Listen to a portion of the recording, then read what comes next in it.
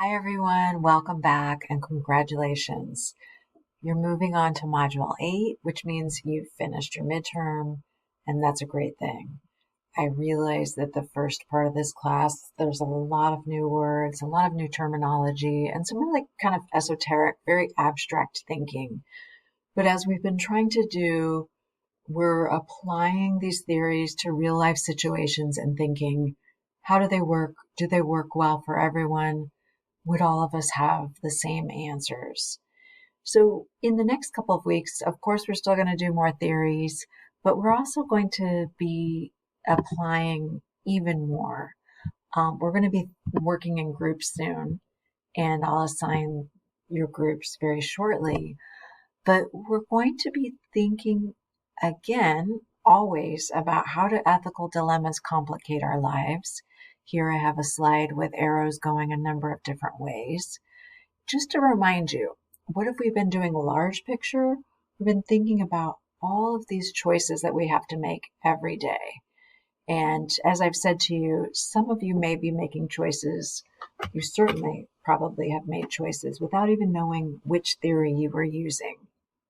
The theory that we evaluate in this module is a consequentialist theory.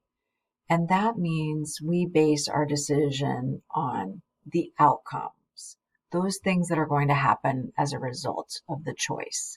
So we try to weigh those. We try to think with consequences, what's the best outcome? So we're going to talk about two people specifically who look at utilitarianism. And we're looking over the course of the semester kind of these four areas for ethical behavior. One may be a very individualist way to make decisions. Another might be based on what we think will be the best for human rights, all human beings. Another area we looked at with John Rawls is what's just, what's the best way to be most impartial and fair. And then today, during this module, we're thinking about utilitarianism. That asks, what is the consequence and what provides the best good for the most amount of people? In a nutshell, we're going to break it down just a little bit more than that, as you'll see. I also want you to be thinking about these kind of quality assurance test questions. In other words, can any of the theories that we've looked at so far result universally for everyone everywhere in the same outcome? So far, we haven't found any that results in the same outcome or people making the exact same decision. So if we were to think of slavery as an example and apply a theory, would that be always right or always wrong? Right? At the same time, could you have some people, if they were utilitarian or insert any of the other theories we've talked about so far, believe that slavery is good and moral? If you have some people that believe slavery is good and moral and others that believe it's bad and it's wrong, if they're both using the same theory to make that decision, say divine command theory, or natural law theory, or ethical egoism, then no, that theory does not pass the test for quality assurance. And if that same moral action, again to use slavery as an example, changes over time, that moral theory does not help us consistently. It's not universal. So I'm going to put those quality assurance test questions into your files area of Canvas, and I want you to be thinking about them as we move forward. In your group projects, I'll have you think about them and answer the question as a group. Okay, we're looking at these two moral theories. Here's our ethical dilemma. If someone were to use these moral theories, do they pass quality assurance? Can they benefit everyone? Would they result in the same answer all the time and over time? All the time, at the same time, and over time as years pass. Okay? So we'll be doing some of that. But consequentialism, again, has us think about the results or outcomes of an ethical decision and has us think that's how we're going to make our decision of whether something is wrong or right. So I might ask, what happens if I tell a lie? Will people get hurt? How many people will get hurt? Will it cause more harm than good? Or will telling a lie actually save people's lives? Will it make them not upset? These are maybe some questions that you think about if you were considering to tell a lie and you're using a consequentialist theory to make your decision. One of the first philosophers who's known as putting together utilitarianism is Jeremy Bentham. Your book talks about Jeremy Bentham, and I just wanted to highlight he was very progressive at the time. Now, mind you, he was speaking and writing in the late 18th century, second half of the 18th century to the first half of the 19th century.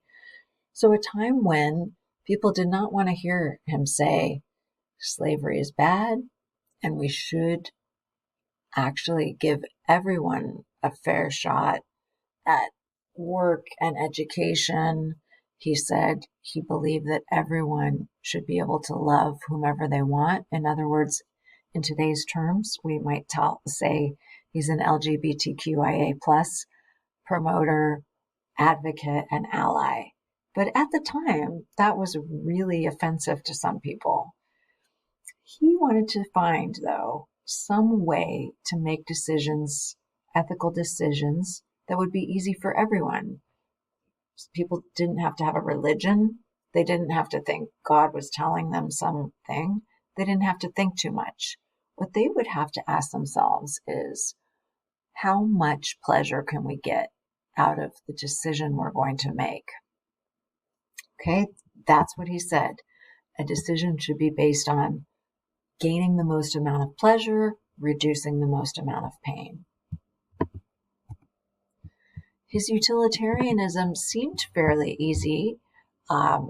We could come up with what gives us pleasure and what's painful. It doesn't take very long. But people at the time were saying, oh, he's only thinking about things like food and maybe sexual relations and doing what feels good. So lots of people at the time were criticizing him and telling him that his philosophy or his sense of ethics was known as the pig's philosophy. They thought he ignored higher values and that it could justify hedonism, which is another type of consequentialism, where you just do what feels good. And that's really not what he meant. So another person came along and tried to help him out. I have in here in this slide a picture of a couple of pigs, looks like 3 pigs. And hedonism could be a problem if you're only seeking pleasure. But truly, Bentham wanted to note that humans have more of a brain maybe than pigs do. So this guy Mill comes along and says, you know what? You got Bentham all wrong. He actually really wanted you to think about happiness and those higher intellectual values. So pleasure is a good thing, but he didn't just mean food, sex, money, what feels good. Okay? So now we think about Mill and wonder if he did any better. He says, look, what Bentham meant was not just pleasure, but happiness. That feeling that we get when we make a good decision, when we know that the outcomes will be the best for a long period of time, or that our decisions will promote the greatest good for the greatest number overall. So Mill said, let's use this principle of utility, usefulness, to think about morality. What is useful? If I tell a lie, is that useful to save someone's life? Then maybe that promotes happiness. If I tell a lie just because it's really painful to tell the truth in the moment, that might not really equate to utility. Okay, so he says, let's think about certain pleasures being more important than others. So it might be painful for you to get up and start studying and start reading your philosophy right now. But over time, the pleasure you get out of earning your degree, passing this class, and then, collectively earning more credits that go towards your degree, then possibly transferring to university and getting a great job. While that's all a little painful right now in the moment, it's going to lead to greater pleasure. That's what he means by greater pleasures. And so there were still arguments, as there are often when a philosopher presents